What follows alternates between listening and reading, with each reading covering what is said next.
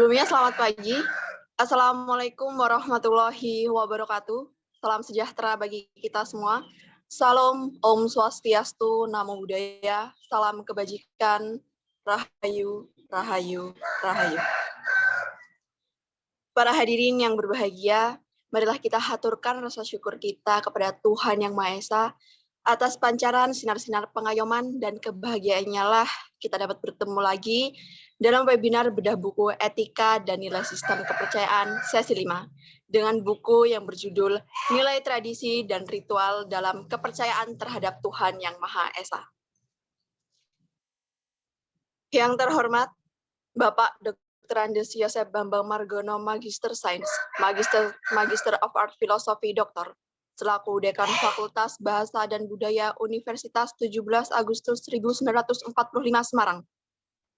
Ibu Sri Sulhing Tias, Magister Humaniora, selaku dosen wali program studi pendidikan kepercayaan terhadap Tuhan Yang Maha Esa. Bapak Dr. Andri Hernandi, Magister Teknik, selaku dosen pengampu mata kuliah Etika dan Sistem Nilai Kepercayaan. Yang kami hormati, perwakilan Majelis Luhur Kepercayaan Terhadap Tuhan Yang Maha Esa Indonesia, tingkat nasional hingga daerah. Bapak Ibu dosen Fakultas Bahasa dan Budaya Universitas 17 Agustus 1945 Semarang. Bapak Ibu penyuluh kepercayaan terhadap Tuhan Yang Maha Esa. Dan rekan-rekan mahasiswa program studi pendidikan kepercayaan terhadap Tuhan Yang Maha Esa. Perkenalkan, saya Nata Ninggrata Prameswari, yang selama kurang lebih 2 jam akan memandu jalannya webinar bedah buku pada pagi hari ini. Senang sekali hari ini kita dapat berjumpa kembali pada webinar bedah buku sesi kelima. Sebelumnya kami ucapkan selamat kepada mahasiswa pendidikan kepercayaan terhadap Tuhan Yang Maha Esa, yang mana baru semester 2, tetapi sudah bisa berhasil menyelesaikan sebuah proyek, yaitu sebuah buku. Dan inilah para penulisnya. Yang pertama ada Saudari Anju Clarissa Cancer Sitorus. Oke, Rahayu semuanya. Saya Anju Clarissa Cancer Sitorus, berasal dari Paguyuban Permalim yang berdomisili dari Kabupaten Siak, Provinsi Riau. Terima kasih, Rahayu. Selanjutnya ada Saudari Bella Puspa Fitria. Rahayu semuanya, perkenalkan saya Bella Puspa Fitria, saya berasal dari Lampung. Terima kasih, Rahayu. Selanjutnya Saudari Faradila. Assalamualaikum warahmatullahi wabarakatuh. Salam sejahtera, salam Rahayu. Perkenalkan, nama saya Faradila, saya berasal dari Sulawesi Selatan. Terima kasih, Rahayu. Baik, selanjutnya ada Saudari Marti Winingsih. Rahayu, selamat pagi. Saya Marti Winingsih dari Lampung.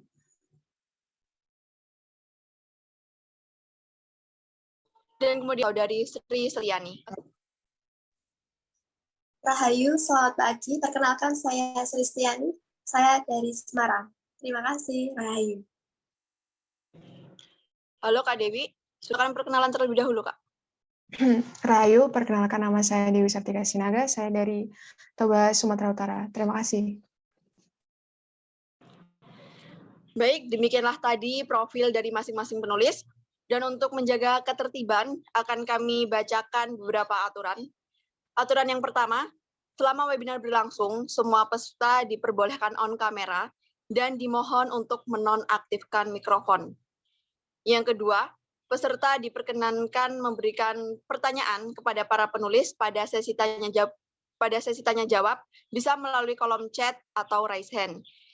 Dan yang ketiga, daftar hadir dan permohonan link buku sebagai upaya untuk mendukung dan sekaligus apresiasi kepada kami, mahasiswa semester 2 program studi pendidikan kepercayaan terhadap Tuhan Yang Maha Esa, akan dibagikan panitia saat sesi tanya jawab berlangsung. Hadirin yang berbahagia, berikut akan kami bacakan susunan acara bedah buku pada pagi hari ini. Acara yang pertama yaitu hening bersama, acara yang kedua ulasan buku dari masing-masing penulis, acara yang ketiga tanya jawab, acara yang keempat kesimpulan webinar bedah buku, dan acara yang kelima yaitu penutup. Langsung saja, untuk acara yang pertama yaitu hening bersama, marilah kita hening terlebih dahulu demi kelancaran acara webinar pada pagi hari ini. Hening dimulai.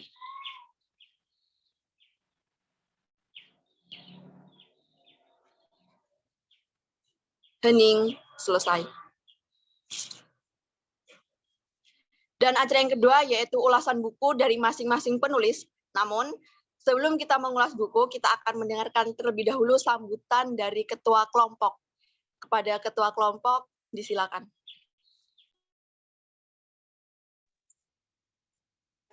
Terima kasih Mbak Nathani atas kesempatan yang diberikan kepada saya. Salam Rahayu. Sebelumnya terima kasih kepada Bapak Andri yang sudah membimbing kami dalam pembuatan buku. Terima kasih juga kepada teman-teman Bapak Ibu yang sudah hadir untuk mengikuti rangkaian acara webinar session 5 dengan kami.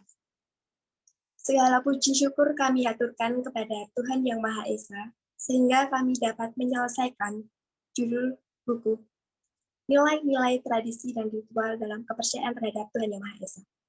Buku ini menjelaskan tentang keberagaman nilai tradisi dan ritual yang ada pada kepercayaan terhadap Tuhan Yang Maha Esa. Keunikan yang merupakan ciri khas dari masing-masing organisasi maupun paguyuban kepercayaan yang ada di wilayah Nusantara Indonesia. Tradisi dan ritual yang menjadi simbol budaya untuk dilestarikan dan diajarkan kepada generasi muda. Buku ini disusun dalam rangka melestarikan dan mengenalkan beberapa kemajemukan tradisi dan ritual yang ada pada kepercayaan terhadap Tuhan Yang Maha Esa. Setiap organisasi kepercayaan pasti memiliki tradisi dan ritualnya masing-masing, yang selalu menjadi pedoman dalam kesehariannya. Tradisi dan ritual bukan hanya sekedar dilakukan, namun kita perlu mengetahui makna yang tersirat dalam kegiatan tersebut. Banyak pula yang harus dipelajari agar tidak salah dalam memahami arti tradisi dan ritual. Selain itu, memahami dan mencoba menggali informasi yang akurat memang perlu dilakukan sebagai wujud dari ketertarikan dalam melestarikan tradisi dan ritual yang ada pada kepercayaan terhadap Tuhan Maha Esa. Sehingga keberagaman nilai-nilai tradisi dan ritual dalam kepercayaan tidak akan hilang seiring perkembangan zaman. Selanjutnya, terselesainya buku ini tidak terlepas dari bantuan Bapak dosen etika dan sistem nilai kepercayaan, teman-teman program studi pendidikan kepercayaan terhadap Tuhan Yang Maha Esa, serta pihak-pihak yang tidak dapat saya sebutkan satu persatu. Kami mengucapkan banyak terima kasih. Kami juga sadar yang sedalam-dalamnya bahwa buku ini mungkin masih terdapat kekurangan, karena kita masih dalam tahap belajar. Oleh karena itu, kami sangat berharap Bapak Ibu sekalian untuk mendukung dan memberikan masukan, kritikan, serta sarannya. Demikian sedikit yang dapat saya sampaikan. Untuk selanjutnya saya kembalikan kepada moderator. Baik, terima kasih kepada Saudari Sri yang selaku ketua kelompok yang telah menyampaikan sambutannya.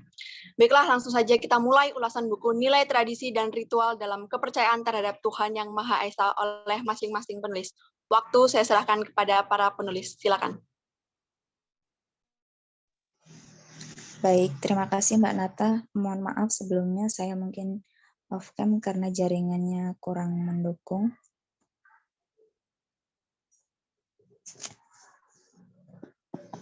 Baik, terima kasih sekali lagi kepada moderator. Selamat pagi teman-teman, salam Rahayu. Di sini saya akan menjelaskan tentang mengapa perlu diketahui tentang pengertian dari tradisi dan ritual baik secara umum menurut ahli dan pengertian secara etimologi dan terminologi. Langsung saja pada poin pertama, terdapat pengertian tradisi dan ritual secara umum, yang dimana tradisi secara umum dapat diartikan sebagai suatu kebiasaan yang terjadi atau dikerjakan secara berulang-ulang, dan biasanya merupakan warusan dari orang terdahulu. Artinya, kita sebagai generasi muda maupun mudi wajib menjaga dan melestarikan tradisi dan ritual yang ada sejak nenek moyang kita terdahulu. Agar tradisi dan ritual yang berada di tengah zaman pada saat ini itu tetap hadir, tumbuh, dan berkembang seiring berjalannya waktu melihat arus globalisasi yang sangat kuat di era yang sekarang. Kemudian pada poin kedua, itu terdapat pengertian tradisi dan ritual menurut para ahli. Di sini mengambil beberapa pengertian tradisi dan ritual dari beberapa ahli. Yang pertama itu menurut Common tahun 1987 yang menyebutkan bahwa tradisi adalah sesuatu yang telah dilakukan sejak lama dan menjadi bagian dari kehidupan suatu kelompok masyarakat. Lalu ada yang menurut Suyono dan Siregar tahun 1999 di dalam Kamus Antropologi para ahli seperti Arnold van Gennep, Victor Turner, Report, dan yang terakhir pengertian tradisi dan ritual menurut ahli yaitu Rendra tahun 1983. Kemudian yang terakhir pada poin ketiga, pada pengertian tradisi dan ritual secara etimologi dan terminologi, menurut kami pengertian tradisi dan ritual perlu adanya etimologi dan terminologi, karena ini menyangkut mengenai ilmu tentang istilah-istilah perkataan, atau lebih jelasnya ialah ilmu yang menjelaskan pengertian dari beberapa istilah. Adapun pengertian tradisi secara etimologi yaitu kata yang mengacu pada adat atau kebiasaan yang turun-temurun atau peraturan yang dijalankan masyarakat. Pusat pembinaan dan pengembangan bahasa. Sedangkan menurut terminologi, seperti yang dinyatakan oleh Siti Nur Ayani, sosial politik yang keberadaannya terkait dengan manusia. Adapun pengertian ritual secara etimologinya adalah suatu hal yang berhubungan terhadap keyakinan dan kepercayaan spiritual. Dengan suatu tujuan tertentu, ritual merupakan teknik atau cara metode membuat suatu adat kebiasaan menjadi suci. Mungkin itu sekilas penjelasan dari bab 1 mengenai pengertian tradisi ritual. Apabila dalam menjelaskan materi ini terdapat kekurangan, mohon koreksi dan pengertian dari para Bapak atau Ibu hadirin yang hadir pada sesi webinar kali ini. Karena saya masih dalam proses belajar sehingga kritik dan saran sangat diperlukan untuk terkhususnya saya sendiri. Terima kasih, Rahayu. Next slide selanjutnya.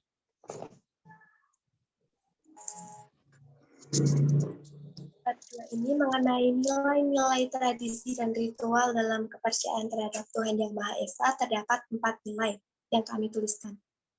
Saya menulis 2 nilai, yaitu spiritual dan adat istiadat. Saya menuliskan definisi untuk nilai spiritual, saya menuliskan nilai definisi spiritual dari berbagai sumber. Kata spiritual pasti tidak asing bagi kita, bahwa spiritual merupakan tanggapan pemahaman akan kepercayaan yang kita hayati, sehingga tak jarang dianggap sebagai kemampuan individu dalam bertahan hidup dan menyatukan diri kepada Sang Pencipta. Pada bab 2 ini, spiritual juga berhubungan dengan cara kita beribadah kepada Tuhan Yang Maha Esa. Nah, banyak sekali keyakinan atau kepercayaan yang ada di Indonesia. Paguyuban dan organisasi kepercayaan mempunyai tata cara ibadah yang berbeda-beda menurut keyakinan masing-masing. Yang kedua, untuk nilai adat istiadat. Adat istiadat merupakan suatu tata kehidupan yang kuat dengan sistem budaya yang ketat untuk menertibkan perilaku manusia dalam menjalankan kesehariannya. Konsep aturan yang dimaksud itu seimbang dengan tindakan manusia, sehingga pelaksanaan beriringan dengan tingkah laku manusia. Dari definisi tersebut saja, dari definisi tersebut saya menjabarkan bahwa pada kepercayaan terhadap Tuhan Yang Maha Esa tentunya memiliki beragam tata aturan atau pedoman dalam kehidupan sehari-hari. Banyak sekali aturan ataupun pedoman tadi yang menjadi pedoman pada masing-masing paguyuban atau organisasi. Sejauh yang saya tahu bahwa pedoman akan mengarahkan pada hal yang positif dan sudah menjadi pedoman untuk hidup dan ditaati. Saya tertarik dengan beragam pedoman atau aturan atau larangan yang bahwa setelah saya cari tahu itu memang benar. Ternyata setiap kepercayaan itu memiliki aturan masing-masing atau pedoman masing-masing. Dalam bab 2 ini jadi dapat kita ketahui bahwa dalam menuliskan pedoman ataupun aturan itu mereka memiliki keberagaman, keunikan masing-masing.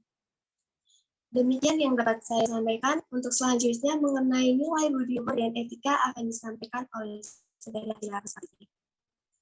Terima kasih Mbak Sri. Baik, pada bab 2 ini tentang nilai-nilai tradisi dan ritual dalam kepercayaan Tuhan Yang Maha Esa, saya menulis tentang nilai budi luhur, yang mana secara umum merupakan perilaku atau tata krama yang mencerminkan kepribadian seseorang. Yang bisa diartikan secara sederhana, yaitu perbuatan luhur dilahirkan oleh pikiran yang jernih dan baik. Jadi memang pada dasarnya budi luhur bagi penghayat kepercayaan merupakan bagian teratas dan merupakan kesempurnaan hidup, yang mana sudah menjadi kesepakatan bagi bangsa ini bahwa negara dibangun atas dasar perbedaan, yang dapat dilihat pada semboyan negara yaitu Bhinneka Tunggal Ika, Tadhana Dharma Mahwa, yang artinya berbeda-beda, satu itu tidak ada pengertian yang mendua. Jadi memang nilai budi luhur ini ada korelasi antara nilai tradisi dan ritual, yang pada dasarnya tidak hanya mencerminkan akan kesadaran baik buruknya suatu perilaku atau tindakan, tapi bagaimana kita menerima perbedaan itu. Kemudian dalam nilai budi luhur ini saya menuliskan aktualisasi budi luhur, yaitu suatu pedoman yang sudah disampaikan oleh Mbak Sri tadi. Di sini saya tidak mencantumkan semua organisasi dalam kepercayaan karena memang itu banyak sekali. Jadi saya hanya mencantumkan beberapa, seperti contohnya dari Pesada, itu mempunyai 7 kewajiban suci yang bernama Warapitu, yang mana memang harus diterapkan dan dilaksanakan bagi warga Koramil Sakti Dharma. Kemudian yang kedua ada aliran kebatinan perjalanan atau AKP yang mempunyai wangsit yang dijadikan pegangan, yaitu Dasawasita. Yang kemudian ada Paguyuban Sumarah, yaitu biasa disebut sebagai Sasanggeman, yang isinya 9 hal perintah dan larangan, serta seterusnya yang masih dimiliki paguyuban dari penghayat kepercayaan terhadap Tuhan Yang Maha Esa dengan nama yang berbeda, tetapi pada hakikatnya itu merupakan aturan dan pedoman hidup yang harus dilaksanakan. Kemudian nilai etika. Etika merupakan sebuah perilaku atau nilai-nilai yang mencerminkan norma dalam melakukan tindakan atau perbuatan. Etika ini bertujuan untuk mengenal karakteristik seseorang. Etika juga berkaitan dengan budi pekerti, yang mana budi pekerti berasal dari kata budi dan pekerti. Kata budi berarti kesadaran mulia, yang diajawantahkan berupa etika atau norma kehidupan. Sedangkan kata pekerti dari kata Sanskerta berarti bertindak. Jadi budi pekerti merupakan sebuah kesadaran yang berupa etika atau norma untuk tindak dalam kehidupan sehari-hari. Jadi sama dengan budi luhur, budi pekerti, serta etika itu mencakup tentang nilai buruknya suatu tindakan. Jadi saya menuliskan nilai budi luhur serta etika ini karena berkaitan dengan nilai tradisi dan ritual. Dan sumber dari budi luhur serta etika ini saya mengambil dari modul pembelajaran, yaitu modul 2 budi pekerti. Selanjutnya akan disampaikan oleh Mbak Sri di bagian bab 3. Slide selanjutnya Mbak Ida. Terima kasih. Pada bab 3 mengenai kehidupan dan penghidupan dalam Tuhan Yang Maha Esa, saya berkontribusi menuliskan penghidupan, yaitu membangun rumah dan menanam padi. Bahwasanya terdapat tata cara yang beragam dan pasti unik. Penghayat kepercayaan memiliki tradisi dan ritual yang sudah menjadi pedoman atau pedoman dalam kehidupan mereka. Keinginan saya dalam mencari tahu bahwa kepercayaan juga memiliki tradisi mereka yang turun dari nenek yang terdahulu. Banyak sekali tradisi dan ritual yang harus tetap dilestarikan, dan dengan menuliskan ini saya berharap bahwa tradisi dan ritual yang ada di kepercayaan terhadap Tuhan Yang Maha Esa bisa terus dilestarikan dan dipertahankan. Selain itu, penulisan buku ini menjadi nilai toleransi antar sesama. Mengapa saya mengatakan demikian? Karena meskipun saya dari paguyuban Sabta Dharma, tapi saya juga menuliskan paguyuban lainnya. Dan penghayat dari paguyuban lain juga setuju sehingga dapat mempererat persaudaraan antar perbedaan ini yang menyatukan. Dan ada juga sumber yang utama yaitu wawancara. Bahasanya saya dapat mengambil hikmah bahwa terdapat banyak sisi positif, di antaranya kita dapat saling menghargai. Dengan kita mengetahui tradisi dan ritual mereka, kita jadi tidak gampang menilai, karena kita ketika menilai itu didasari oleh pengetahuan. Dengan adanya kita mencari tahu tersebut. Sampai ada salah satu seorang yang saya wawancara itu mengatakan, apakah tidak keliru jenengan menuliskan ajaran paguyuban lain? Tentu saja itu tidak keliru. Bahasanya saya jelaskan lagi, itu dapat menjadi dasar kita untuk dapat menilai tradisi mereka, untuk tidak keliru dalam kita menilai tradisi dan ritual mereka. Demikian yang dapat saya sampaikan. Apabila dalam menyampaikan terdapat kekeliruan atau salah-salah kata, saya mohon maaf karena saya juga masih dalam tahap belajar. Untuk pembahasan kehidupan selanjutnya akan disampaikan oleh Bella Usma Fitri. Terima kasih. Terima kasih. Saya juga berkontribusi pada bab 3 di bagian kehidupan. Jadi kehidupan dapat diartikan sebagai hal-hal yang dipandang penting dan benar serta didambakan memberikan nilai khusus serta dapat dijadikan tujuan hidup. Kehidupan yang dimaksud di sini adalah kehidupan bagi penghayat kepercayaan terhadap Tuhan Yang Maha Esa, yang mana isinya merupakan tradisi dan ritual. Jadi kan di Indonesia ini dikenal sebagai negara bermasyarakat majemuk yang terdiri dari berbagai ras, suku, bahasa, budaya, agama, serta kepercayaan yang berbeda-beda. Keberagaman inilah yang menciptakan sebuah tradisi dalam masyarakat yang lekat dalam kehidupan sehari-hari. Jadi kehidupan ini merupakan sebuah tradisi yang turun-temurun dari nenek moyang kita yang mana harus dilestarikan dan dipertahankan. Kemudian di sini kehidupan itu mencakup banyak bagian, yaitu tentang perkawinan, kelahiran, khitanan, dan kematian. Tapi di sini kami menuliskannya hanya 2 bagian karena memang ada sesuatu yang tidak bisa dipaksakan, dan kami para penulis memang sangat mohon maaf sekali apabila buku yang kami tulis itu masih banyak kekurangannya. Seperti itu. Jadi saya di sini menulis tentang perkawinan. Perkawinan itu sudah tertera dalam Undang-Undang Nomor 1 Tahun 1974 yang mengatur perkawinan adalah ikatan lahir batin seorang pria dan wanita sebagai suami istri dengan tujuan membentuk keluarga atau rumah tangga yang bahagia dan kekal berdasarkan ketuhanan Yang Maha Esa. Dan untuk penghayat kepercayaan terhadap Tuhan Yang Maha Esa, perkawinan sudah ditetapkan dalam Undang-Undang Nomor 23 Tahun 2006 dan PP Nomor 37 Tahun 2007.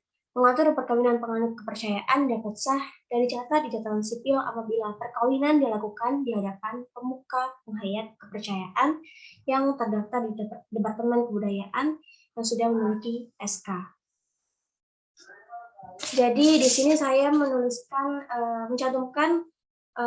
tidak mencantumkan semua paguyuban maupun organisasi karena memang banyak sekali organisasi dalam kepercayaan terhadap Tuhan Yang Maha Esa. Oleh sebab itu saya hanya mencantumkan beberapa paguyuban untuk tata cara perkawinannya. Untuk perkawinan dalam penghayat kepercayaan ini kami sumbernya beberapa dari wawancara langsung dari paguyuban ataupun organisasi, dan ada juga yang lewat via chat maupun telepon. Dan sebagian memang sudah ada buku untuk tata cara perkawinan masing-masing paguyubannya. Oleh sebab itu, kami penulis memilih kehidupan dan penghidupan ini dalam kepercayaan terhadap Yang Maha Esa untuk memperkenalkan bahwa kami penghayat memiliki tata cara tersendiri untuk kehidupan dan penghidupannya. Dan tema ini kita terinspirasi dari mata kuliah Pendidikan Kepercayaan terhadap Yang Maha Esa di semester 1 lalu, yang mana dosen pengampunya adalah Pak Andri sendiri. Jadi kita mengambil tema tersebut karena sangat berkaitan dengan judul buku kita, yaitu Nilai Tradisi dan Ritual dalam Kepercayaan terhadap Tuhan Yang Maha Esa. Sekian pemaparan dari saya. Apabila terdapat kekurangan maupun kesalahan, saya mohon maaf, dan kami para penulis sangat membutuhkan saran maupun kritik dari Bapak, Ibu, dan teman-teman sekalian. Saya akhiri Rahayu. Selanjutnya akan disampaikan oleh Kak Ayu. Silakan Pak. Baik, Rahayu, saya akan melanjutkan. Sebelumnya Mbak Yuda, tentang kematian. Oke, baik, saya akan berkontribusi pada poin kematian, yang seperti yang kita tahu sendiri, manusia pasti berujung pada kematian. Dan di penghayat kepercayaan tersendiri memiliki beberapa tradisi ataupun ritual-ritual yang berbeda maupun sama pada setiap paguyubannya. Nah, di buku kami ini yang kami ulas, dimulai dari sebelum jenazah itu dimasukkan ke dalam makam, atau yang kita sebut dengan dimakamkan, pasti ada ritual-ritual sebelum pemakaman itu tersendiri, dan juga ada ritual-ritual yang dilakukan setelah pemakaman. Ada juga, selain ritual, ada juga kita melalui dengan adat istiadat yang telah berlaku di pada suku masing-masing menurut paguyuban masing-masing juga. Nah, dalam poin kematian ini kami mendapatkan referensi dari beberapa wawancara dengan tokoh atau masyarakat penghayat dari beberapa paguyuban, serta beberapa jurnal ataupun website yang kami telusuri. Dan untuk di poin kematian sendiri, kami tidak dapat menjabarkan dari seluruh paguyuban yang ada di Indonesia karena sangat-sangat banyak. Jadi kami hanya mengambil beberapa poin saja, beberapa contoh dari beberapa paguyuban seperti yang kami ambil, yaitu ada Kejawen Maneges, Budidaya, PBB, Ugam Malim, dan AKP. Mungkin itu saja yang dapat saya sampaikan. Selanjutnya Mbak Yuda.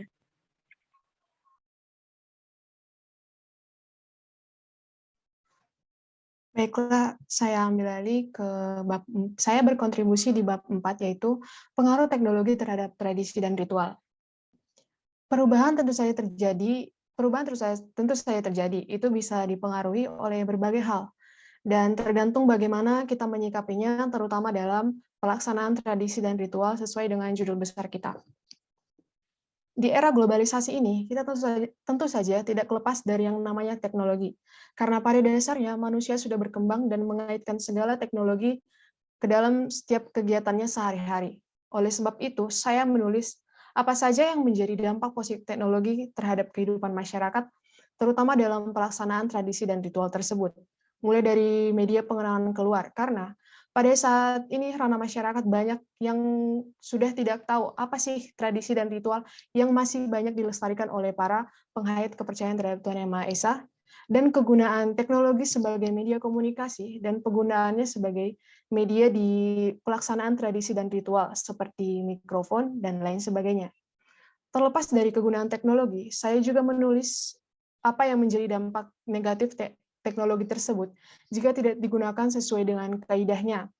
Mulai dari saking pesatnya teknologi tersebut, banyak adat dan tradisi ritual Indonesia sudah mulai luntur dan sudah mulai terpengaruh oleh budaya luar. Dan saya juga menuliskan bagaimana saja contohnya dan apa saja tindakan kita supaya tidak terpengaruh oleh budaya luar tersebut.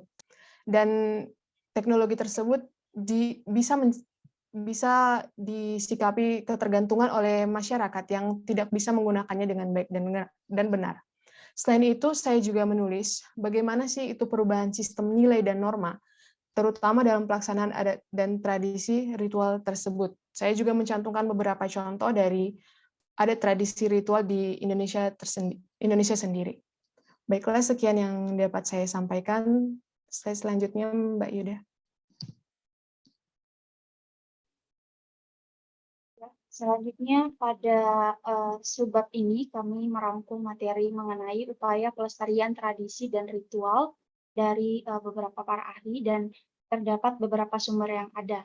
Nah, dalam materi ini kami mengangkat 3 upaya dalam pelestarian tradisi dan ritual yang ada di lingkungan keluarga, sekolah, dan lingkungan masyarakat. Yang pertama itu ada upaya pelestarian tradisi dan ritual di lingkungan keluarga. Di sini dapat kita lihat pada salah satu contoh penanaman nilai tradisi dan ritual di lingkungan keluarga, yaitu pada masyarakat Muna yang ada di Sulawesi Tenggara, di mana masyarakat Muna itu memiliki keragaman tradisi yang telah diciptakan oleh orang-orang terdahulu yang bersentuhan langsung dengan peranata-peranata pendidikan lingkungan keluarga dan masyarakat, serta tradisi dan budaya lokal yang telah diwariskan secara turun-temurun, baik itu cerita rakyat berupa mitos, legenda, hukum adat, upacara-upacara adat, maupun asal-usul masyarakat dan terbentuknya masyarakat Muna. Yang kedua, ada upaya pelestarian tradisi dan ritual di lingkungan sekolah. Seperti yang dijelaskan oleh Dewi tadi, bahwasanya kemajuan globalisasi ini itu juga berdampak secara positif dan negatif terhadap warga negara Indonesia. Dampak positif diantaranya terjadinya perubahan nilai dan sikap, berkembangnya ilmu pengetahuan dan teknologi, tingkat kehidupan yang lebih baik. Dan adapun dampak negatifnya yaitu pola kehidupan yang konsumtif, berkembangnya sikap individualistik, menerapkan gaya hidup kebarat-baratan, sehingga terjadinya kesenjangan sosial dan berkurangnya rasa nasionalisme terhadap bangsa, serta masuknya budaya luar sebagai dampak dari globalisasi ini menyebabkan beberapa permasalahan yang terjadi di Indonesia. Nah, hal ini dapat dilihat dari adanya pergeseran dan nilai dan norma di dalam kehidupan masyarakat. Menurunnya rasa cinta budaya dan nasionalisme generasi muda, rasa cinta terhadap tanah air dan budaya Indonesia akan semakin memudar dan hilang dari waktu ke waktu. Nah, kita sebagai generasi muda, sebagai generasi penerus bangsa ini harus mampu mempertahankan kelestarian budaya daerahnya masing-masing, sehingga dapat memperkuat identitas sebagai warga negara Indonesia. Serta munculnya budaya baru yang mungkin tidak sesuai dengan nilai-nilai Pancasila itu dapat mengakibatkan pergeseran nilai-nilai etika, moral, dan akhlak dalam kehidupan masyarakat Indonesia. Nah, strateginya dalam menerapkan nilai-nilai karakter melalui budaya sekolah berbeda satu sama lain.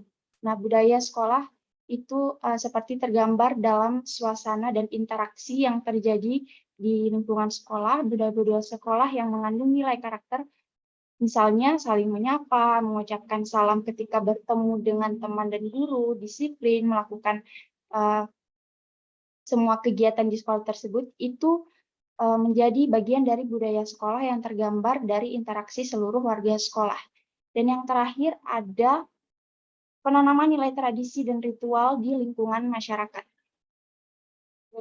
Kita juga sebagai bangsa dengan jejak perjalanan sejarah yang panjang, yang kaya dengan keanekaragaman budaya lokal, seharusnya itu mati-matian melestarikan warisan budaya yang sampai pada kita.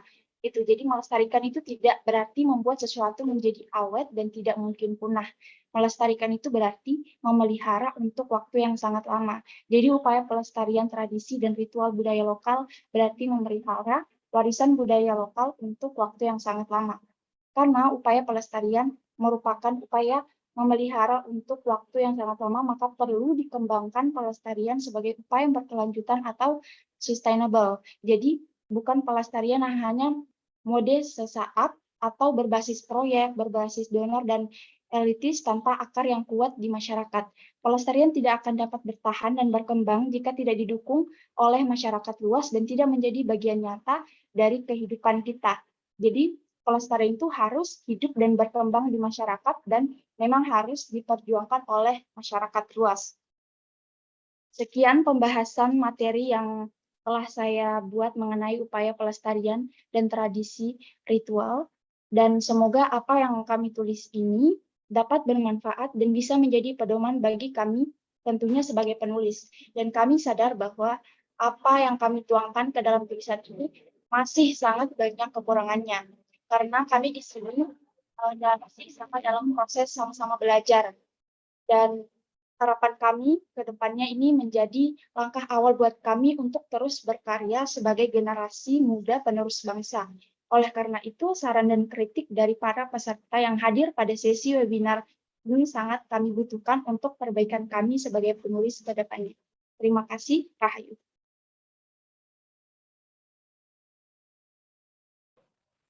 Baik, Rahayu. Terima kasih atas ulasannya, dan demikian tadilah ulasan dari masing-masing penulis. Sungguh ulasan yang luar biasa, ulasan yang menarik, yang membuat kami semua penasaran seperti apa sih nilai tradisi dan ritual dalam kepercayaan terhadap Tuhan Yang Maha Esa.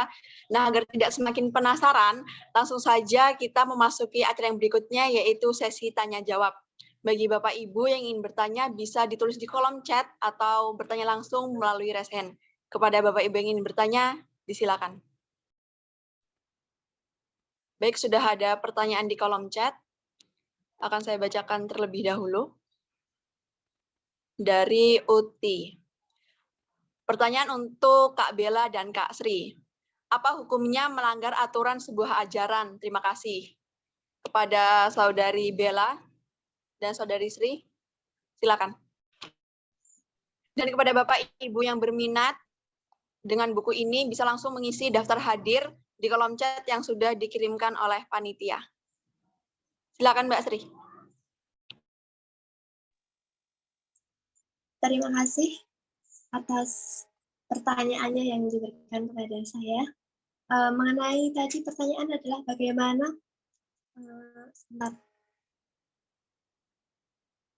apa hukum yang melanggar aturan sebuah ajaran? Ajaran, menurut saya, ajaran itu kan untuk ditaati dan untuk sebagai pedoman kita untuk kehidupan. Jika kita melanggar ajaran saja, kita tidak memiliki arah kehidupan. Seperti saja, dalam ajaran kita kan sudah diajarkan bahwa tata cara beribadah kita seperti ini. Jika kita tidak mengikuti ajaran tersebut, bagaimana kita mendekatkan diri kepada Tuhan Yang Maha Esa? Terus yang kedua, ajaran pedoman seperti di ajaran saya, tentunya di lain ajaran Bapak Ibu semuanya sudah dihayati ya, sudah memiliki penghayatan masing-masing. Dan di ajaran saya, jika tidak menaati apa itu pedoman wawarat itu dan kita melanggarnya, kita akan mendapatkan sanksi pada diri kita sendiri dan sanksi terutama dalam kehidupan sehari-hari kita. Tentunya kita tidak merasakan nyaman dalam kehidupan. Seperti itu, mungkin itu hukum yang tidak bisa tertuliskan, atau mungkin ada hukum tertulis, saya belum memahaminya. Demikian yang dapat saya sampaikan. Terima kasih Mbak Uti atas pertanyaannya. Apabila terdapat kekurangan, kami mohon maaf. Baik, terima kasih Mbak Sri atas jawabannya. Mungkin kepada teman-teman yang lain, apabila ingin menjawab juga, dipersilakan.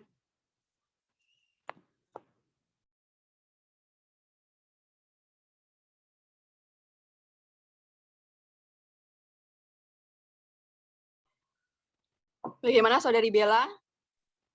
Mungkin Kak Farajila?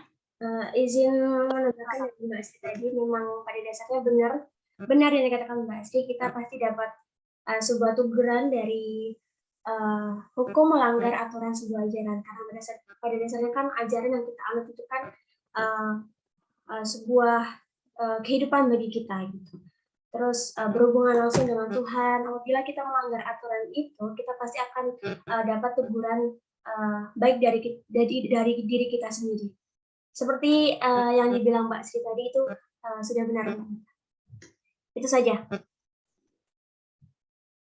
Baik, terima kasih kepada Mbak Bella dan Mbak Sri atas jawabannya. Bagaimana Mbak Uti? Apakah sudah puas dengan jawaban dari para penulis?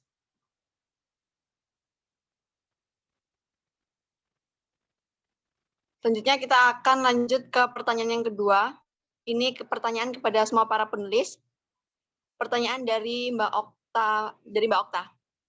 Bagaimana pelestarian tradisi dan ritual dalam ajaran kepercayaan di tengah isu politik bahkan sampai isu sara? Dan apa yang dapat disumbangkan oleh generasi muda dari teladan para tokoh atau tetua? Silakan kepada para penulis untuk menanggapi pertanyaannya. Izin menanggapi pertanyaan dari Mbak Okta. Bahwasanya bagaimana pelestarian tradisi dan ritual dalam ajaran kepercayaan di tengah isu politik bahkan sampai isu sara. Tadi sudah disampaikan Mbak Faradila bagaimana kita melestarikan tradisi dan ritual itu dari lingkungan yang paling kecil, yaitu lingkup keluarga. Sehingga di dalam lingkup keluarga itu kita dapat menanamkan bibit yang baik pada anak tersebut. Sehingga untuk kedepannya di lingkungan sekolah ataupun lingkungan masyarakat itu dapat meminimalisir permasalahan-permasalahan, sehingga jika dalam lingkungan keluarga saja kita dapat menanamkan hal yang benar mengenai tradisi dan ritual tersebut, maka kedepannya ajaran itu akan disampaikan dan dilaksanakan sesuai dengan yang telah dipelajari di lingkungan sekolah maupun di lingkungan keluarga. Sehingga di dalam masyarakat pun mereka tidak salah dalam menyampaikan ajaran tersebut. Dari hal tersebut, itu dapat meminimalisir isu politik bahkan sampai isu sara tersebut. Jika kita dapat menjelaskan kebenarannya mengenai ajaran yang kita anuti tersebut, kita dapat melestarikan budaya, tradisi, dan ritual itu dengan sebaik-baiknya.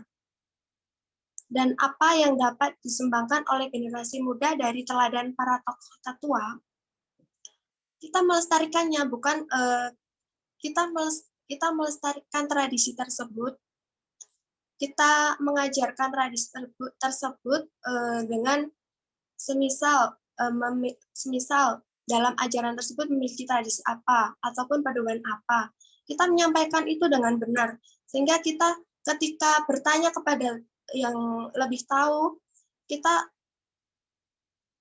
dengan menuliskan buku ini kita tahu bahwa semisal saya juga masih tahap belajar, bahwa saya mewawancarai yang lebih tua.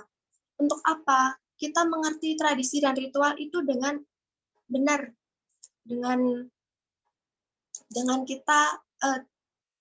hal tersebut kita dapat menilai tradisi dan ritual itu tidak salah karena kita didasari oleh pengetahuan dari hasil wawancara ataupun dari sumber-sumber buku yang sudah ada. Demikian yang dapat saya jawab. Apabila terdapat kesalahan, saya mohon maaf karena saya juga masih dalam tahap belajar. Bagi teman-teman yang ingin menambahkan, dipersilahkan. Baik, terima kasih Mbak Sri atas jawabannya. Mungkin kepada para penulis yang lain apabila ingin menambahkan atau menanggapi dari pertanyaan Mbak Sri, dipersilakan. Baiklah, saya akan mencoba menjawab. Bagaimana pelestarian tradisi dan ritual dalam ajaran kepercayaan di tengah isu politik bahkan sampai isu sara? Menurut saya, kita sebagai generasi muda harus tetap mempertahankan apa yang sudah menjadi ajaran dari nenek moyang kita terdahulu dan tidak terpengaruh dari budaya luar seperti yang saya bilang tadi, pengaruh teknologi. Karena pada dasarnya kita generasi muda sekarang sangat mudah terpengaruh, tergantung bagaimana kita dalam menyikapinya. Karena pada dasarnya sara itu bersifat membelah. Dan seperti yang saya bilang tadi, kita harus pintar dalam menseleksi apa yang dapat kita tiru dan tidak, karena pada dasarnya tradisi dan ritual dari nenek moyang harus tetap dipertahankan karena itu menjadi ciri khas dari masyarakat Indonesia sendiri. Dan apa yang dapat disumbangkan generasi muda dari teladan dan para tokoh atau tetua. Dan pasti saja itu yang dapat disumbangkan masih tetap melestarikannya, karena pada dasarnya tokoh atau tetua terdahulu sudah berusaha keras mempertahankannya agar tidak dikikis oleh zaman, dan kita sebagai generasi muda bertugas mempertahankannya agar tidak terbawa arus globalisasi. Mungkin sekian yang bisa saya sampaikan. Jika ada kesalahan, mohon dimaafkan karena saya masih dalam tahap belajar. Terima kasih. Baik, terima kasih Kak Dewi atas jawabannya. Mungkin bagi teman-teman yang lain, seperti Kak Faradila, atau Mbak Marti Winingsih, atau Kak Anju, silakan apabila ingin menanggapi. Saya izin menambahkan mengenai apa yang dapat disumbangkan oleh generasi muda dari teladan para tokoh atau para tetua. Nah, mungkin seperti yang saya jelaskan tadi, ini kita mungkin bisa menumbuh kembangkan motivasi. Jadi kita ini perlu motivasi yang kuat untuk ikut tergerak berpartisipasi untuk melaksanakan pelestarian. Yang dimana motivasi itu ada 5. Yang pertama, motivasi untuk menjaga, mempertahankan, dan mewariskan warisan budaya yang diwarisinya dari generasi sebelumnya. Yang kedua, ada motivasi untuk meningkatkan pengetahuan dan kecintaan generasi penerus bangsa terhadap nilai-nilai sejarah kepribadian bangsa dari masa ke masa melalui pewarisan khasanah budaya dan nilai-nilai budaya secara nyata yang dapat dilihat, dikenang, dan dihayati. Dan yang ketiga itu ada motivasi untuk menjamin terwujudnya keragaman atau variasi lingkungan budaya. Yang keempat ada motivasi ekonomi yang percaya bahwa nilai budaya lokal akan meningkat bila terpelihara dengan baik sehingga memiliki nilai komersial untuk meningkatkan kesejahteraan pengampunya. Dan yang terakhir ada motivasi simbolis yang meyakini bahwa budaya lokal adalah manifestasi dari jati diri sendiri suatu kelompok untuk masyarakat sehingga dapat menumbuh kembangkan rasa kebanggaan, harga diri, dan percaya diri yang kuat. Baik, terima kasih atas tambahannya kepada Kak Faradila. Kepada Mbak Okta, demikian tadilah tanggapan dari para penulis. Mungkin dari Mbak Okta sendiri ingin menanggapi? Ya, terima kasih Rahayu. Saya senang sekali mendengar jawaban dari teman-teman mahasiswa semua. Hanya saja saya ingin menambahkan untuk upaya pelestarian ajaran ya, ritual dan tradisi di tengah isu politik dan SARA. Saya hanya ingin menambahkan bahwa pegangan kita itu adalah Pancasila. Jadi jawaban yang lain tadi sudah baik menurut saya. Namun dengan Pancasila kita bisa memfilter apapun yang sekiranya itu tidak bisa masuk, tidak akan berpengaruh buruk pada kita. Jadi pegangan utama kita Pancasila. Tuh, terima kasih Mbak Nata Hening. Rahayu. Baik, terima kasih Rahayu. Baik, terima kasih Mbak Okta atas tanggapannya, yang mana ini bisa menjadi referensi bagi kita, literasi bagi kita untuk menambah ilmu untuk pengetahuan kita semua. Baik, bagi Bapak Ibu yang belum dapat menyaksikan buku pada tahap 1, 2, dan 3, bisa langsung disaksikan di channel YouTube kami, yaitu Tugas Mahasiswa Penghayat.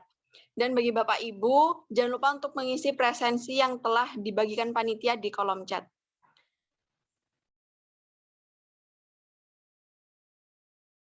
Ya, baik. Terima kasih ya, kepada semua rekan-rekan mahasiswa. Saya mengucapkan selamat ya dan sukses hasil kerja keras Anda dalam proyek untuk menyusun atau membuat buku ini. Ya, kita tahu bahwa buku ini masih terdapat yang namanya ya kekurangan di sana sini gitu ya. Tetapi di samping kekurangan juga pasti ada kelebihannya gitu ya. Jadi artinya kita juga jangan terlalu underestimate ya, tetapi juga jangan overestimate. Tetapi apa yang kita hasilkan itu adalah merupakan buah hasil karya kita ya bersama, dan itu mudah-mudahan ini akan menjadi warisan atau legasi bagi nanti adik-adik kita ya, adik-adik angkatan Anda yang siap nanti datang ya sebagai angkatan yang kedua. Nah, mudah-mudahan bahan-bahan ini juga bisa diperkaya juga nanti ya, baik itu oleh Anda selanjutnya dan baik bagi adik-adik kelas Anda nanti ya, seperti itu.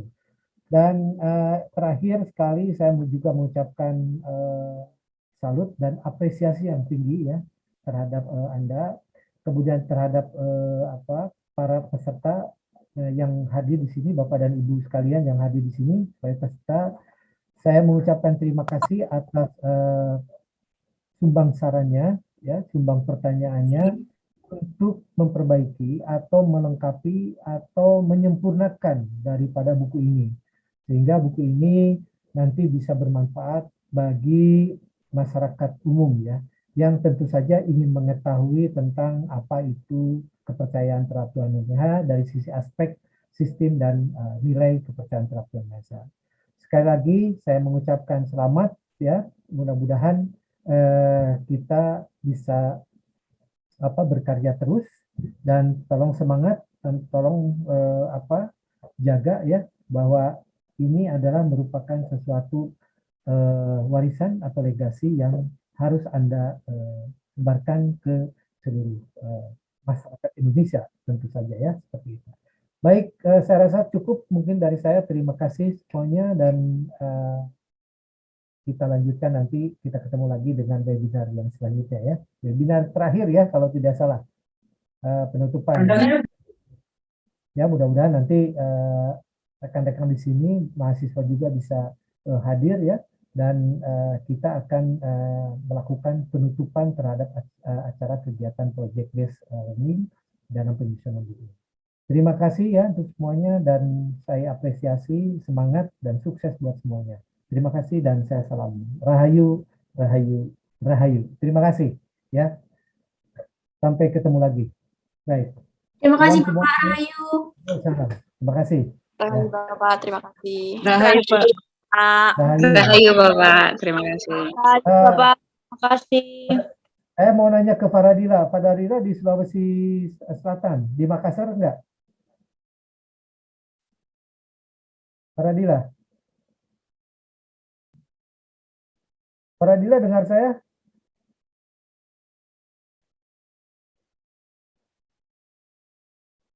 Masih unmute. Suara saya terdengar nggak, ya? Terdengar Bapak. Terdengar, Pak. Terdengar Bapak. Faradila mana? Faradila masih di unmute, Pak. Maksud saya mau ke Makassar. Nanti tanggal tanggal 3.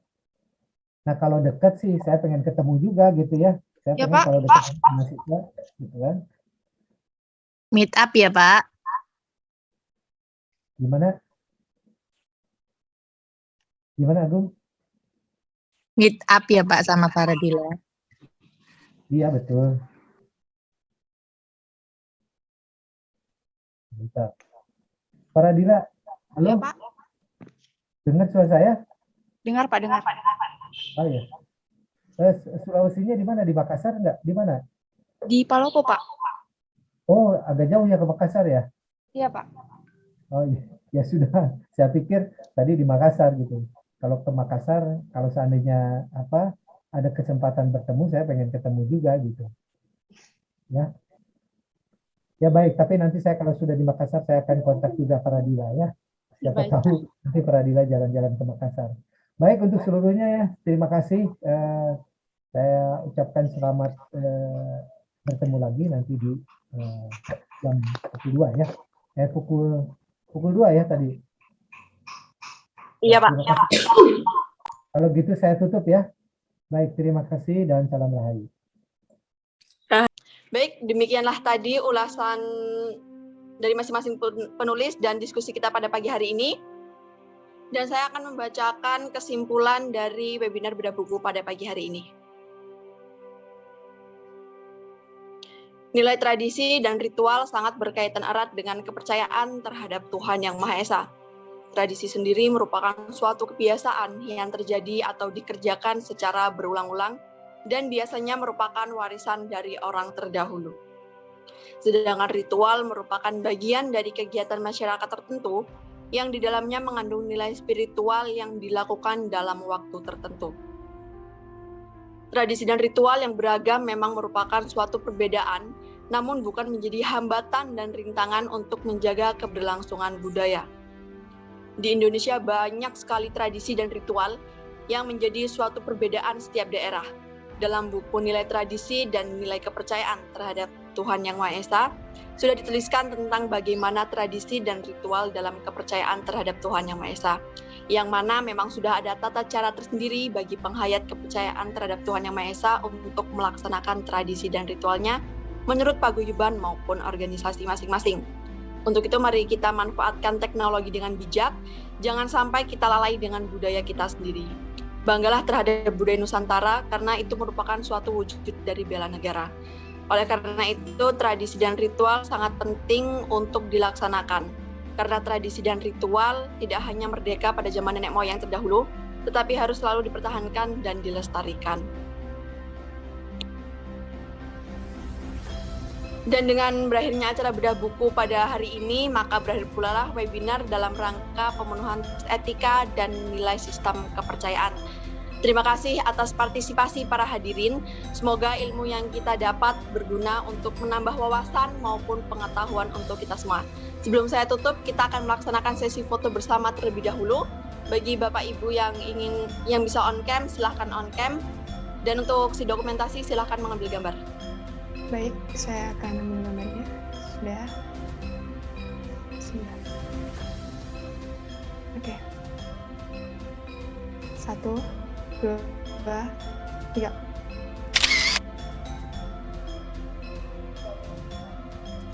Baik, slide selanjutnya. 1, 2.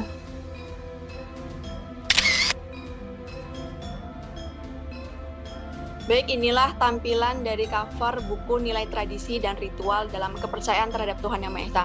Sekali lagi, bagi Bapak Ibu yang berminat dan ingin memiliki buku ini, silakan mengisi daftar hadir di kolom chat yang telah disediakan panitia.